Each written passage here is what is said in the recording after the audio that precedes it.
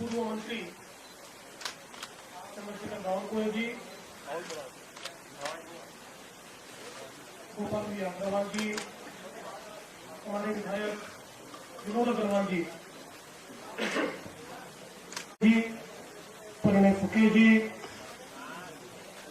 हमारे विजय रांगाले जी,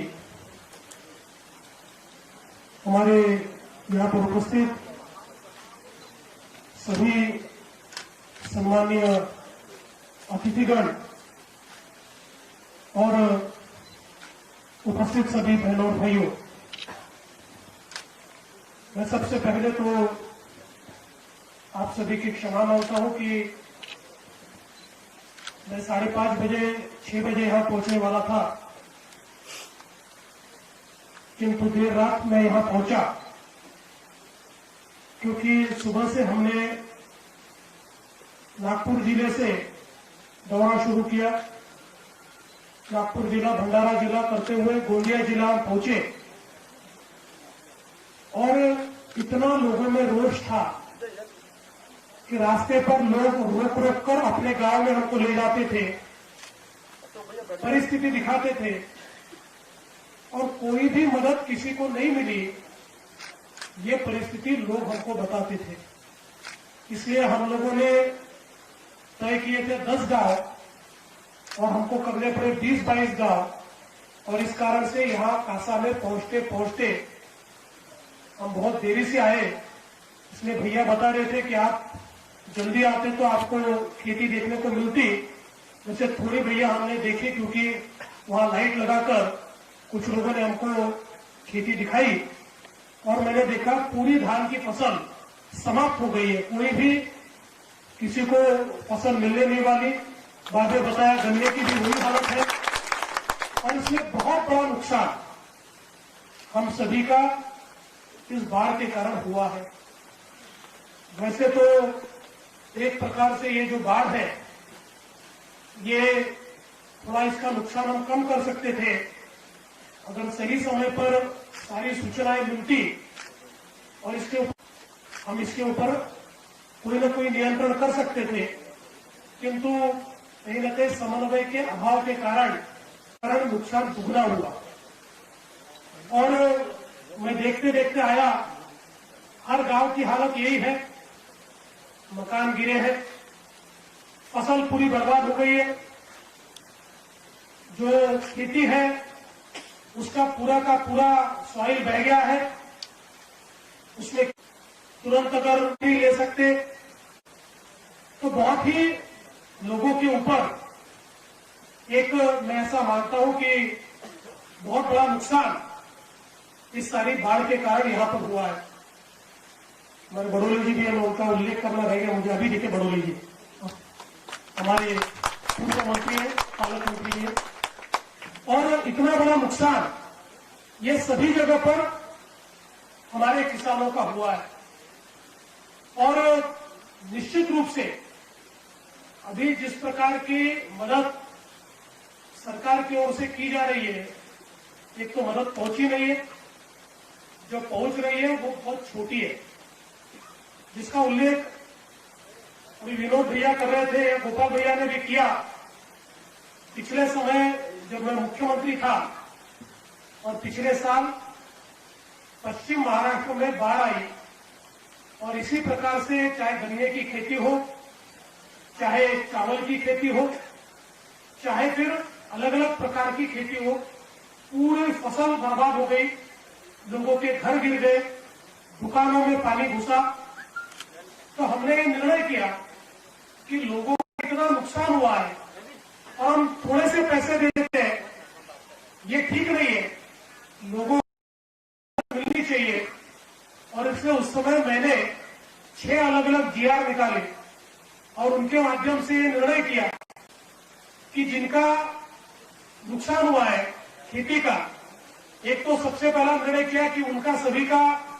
हम कर्जा माफ कर देंगे, उनका कर्जा हमने माफ किया। उसके साथ साथ जो नुकसान हुआ था उसके 3 गुना हम हमेशा जो मुआवजा देते हैं नुकसान का, उसके 3 गुना मुआवजा देने का निर्णय हमने किया, जिसका उल्लेख अभी आया कि 36,000 रुपए तक का मुआवजा वो देने का हमने निर्णय किया। उसके साथ साथ उसको अगली फसल के लिए जो खाद है या फिर उसको बीज है, ये सारा मुफ्त में देने का निर्णय हमने किया। और उसके साथ साथ जिनके घरों का नुकसान हुआ था उनको 2.5 लाख रुपया नया घर बनाने के लिए हमने देने का निर्णय किया। जिनका पार्सल नुकसान हुआ उनको 50,000 रुपए देने का निर्णय हमने किया। और इतना ही नहीं, तो तुरंत की मदद, जो भी गोपाल भैया कह रहे थे कि 2005 में 1,000 रुपया मिला प्रति व्यक्ति और अब परिवार को केवल 2,500 रुपए में, उससे भी कम दिया जा रहा है। तो हमने ये निर्णय किया कि प्रत्येक हर एक परिवार को सीधा मदद जो है वो 10,000 रुपए और 15,000 रुपए दी जाएगी। और उसके साथ साथ जो घर के जो भगोने वगैरह सारा उसका नुकसान हुआ उसकी मदद अलग दी जाएगी, कपड़ों की मदद दी जाएगी। और इतना ही नहीं, तो उससे आगे जाके निर्णय किया कि चूकने के लिए समय लगेगा तो उतने समय के लिए उनको किराया दिया जाएगा। और हमने लोगों को किराया भी दिया। ऐसे 6 GR हमने निकाले कि जिसके माध्यम से सारे के सारे बाढ़ पीड़ितों को पूरे तरीके से मदद हमने की। और केवल कागज पर नहीं, तो ये सारा पैसा लोगों में बांटा, लोगों तक पहुंचाया, लोगों को पूरी मदद की। और मुझे लगता है आज वैसी ही परिस्थिति हमारे विदर्भ में, हमारे पूर्व विदर्भ के गोंदिया जिला हो, भंडारा जिला हो, गढ़चिरौली हो, चंद्रपुर हो या नागपुर हो, हमारे इन 5 जिलों में उसी प्रकार की परिस्थिति आई है। इसलिए सरकार से हम लोग ये आग्रह कर रहे हैं कि जिस प्रकार से पश्चिम महाराष्ट्र में हमारी सरकार ने GR निकालकर किसानों को, गरीबों को, गांव वालों को मदद की, ऐसी ही मदद अब विदर्भ को भी देने की आवश्यकता है। और विदर्भ को भी उसी प्रकार के 6 GR जो है वो लागू किए जाए, इस प्रकार का निवेदन हमने सरकार से किया है। और मैं आपको आश्वस्त करना चाहता हूं, मुझे इस बात का दुख है कि अभी इतना बड़ी आपदा हमारे पूर्व विदर्भ के ऊपर आई, लेकिन सरकार की ओर से कोई ज्यादा एक्शन दिखाई नहीं पड़ती। हमारे सम्माननीय मुख्यमंत्री जी ने तो इस बाढ़ की सुध ही नहीं ली, अभी तक उसके बारे में एक शब्द भी नहीं कहा है। लेकिन कोई बात नहीं, जो सोए हैं उनको जगाना हमारा काम है और हम उनको जगाकर रहेंगे। और अभी अधिवेशन में ये सारी चीजें वहां पर सरकार के सामने रखकर हमारे विदर्भ को भी ये 6 GR जो उस समय हमारी सरकार ने निकाले थे, अब यह सरकार यहाँ की परिस्थिति में लागू करे, इस प्रकार का आग्रह हम सरकार के सामने रखेंगे। और निश्चित रूप से हमारे सभी लोगों को जो यहाँ पर प्रॉब्लम्स आए हैं, जो प्रताड़ना हुई है, उसमें से बाहर निकालकर पूरा का पूरा मुआवजा मिले, ये प्रयास हम लोग करेंगे। इसके साथ साथ जो पुनर्वसन का मसला है, जिसमें गोपाल भैया कह रहे थे कि जो जमीन अब फाइनल हो गई है, तो जरूर अभी वो मसला भी विनोद भैया हम लोग विधानसभा में रेस करेंगे और उसको भी पीछे लगकर और जो बचा हुआ काम है उसको पूरा करेंगे, ताकि लगातार जो आप लोगों को बाढ़ से पीड़ित होना पड़ता है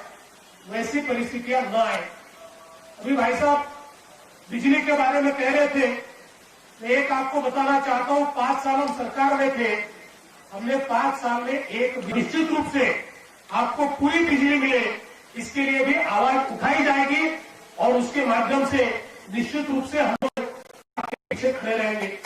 मैं आज के लंबा भाषण नहीं देना चाहता। हम सारे लोग कोरोना जैसी महामारी के संकट से गुजर रहे हैं, सभी रखे, एक दूसरे से थोड़ी दूरी बनाकर रखे, जो हमारे सारे लोग मास्क पहने और कोरोना के साथ साथ एक और महामारी और दूसरी ओर बाढ़ की ये जो एक मार हमारे ऊपर बैठी है, इसमें से बाहर निकलने के लिए हम सभी लोग पूरी ताकत के साथ आपके पीछे खड़े रहेंगे और महाराष्ट्र की सरकार को जगाकर आप तक आपके हक का पूरा पैसा पहुंचाएंगे, ये विश्वास मैं आपको दिलाता हूं और अपने शब्दों को विराम देता हूं। धन्यवाद। जय हिंद। आभार।